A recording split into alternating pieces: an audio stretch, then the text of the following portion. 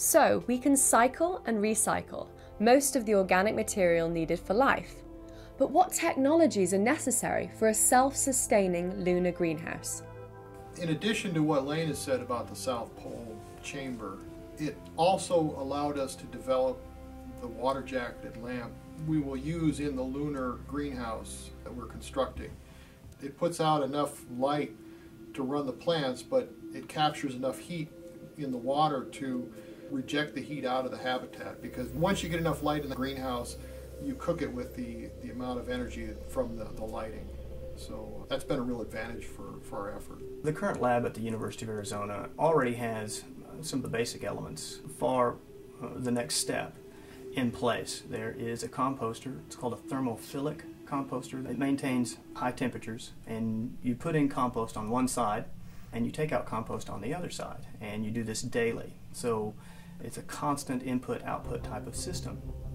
And the idea is that such a composter is capable of composting garbage, sewage, as well as what we expect to find is waste coming out of a composter system, which, according to the literature and our initial experiments, a thermophilic composter does very nicely. Copious amounts of CO2 coming out of it. And balance it with a hydroponic greenhouse with all the plants.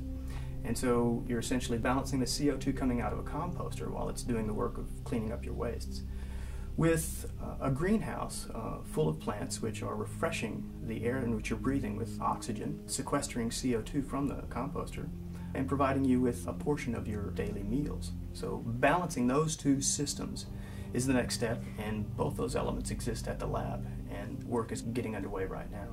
We're hoping to close the cycle, because once we tie the composter in with the greenhouse and both those systems are closed, then we can start working on balancing the systems.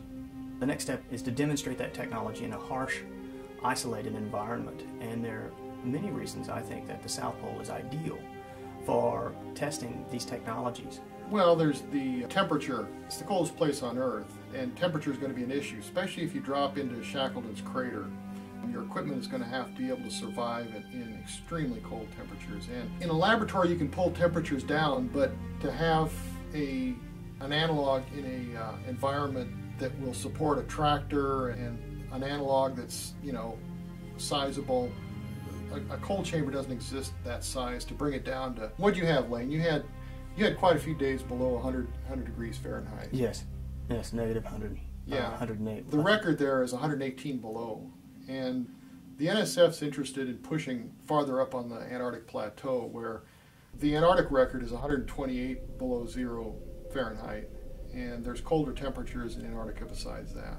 So we're interested in finding the coldest places that we can operate in, because once the habitat's buried, it exists in a frozen world, 30 centimeters below the surface at minus 30 C.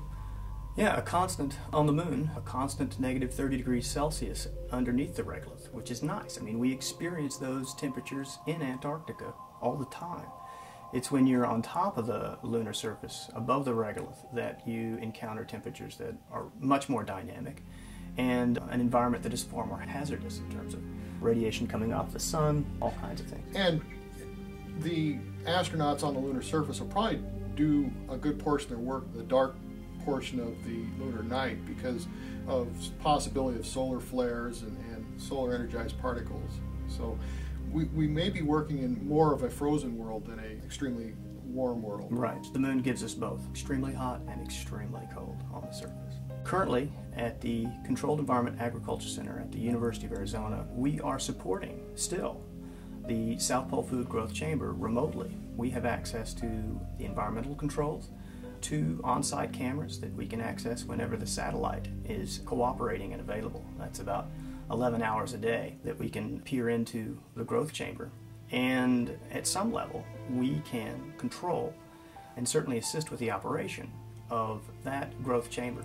Now, certainly a large portion of the lunar mission is going to require remote control of all kinds of technologies. And that's something that we're learning right now, because, you know, it doesn't get much more remote than the South Pole on planet Earth. And so it makes for a fine analog.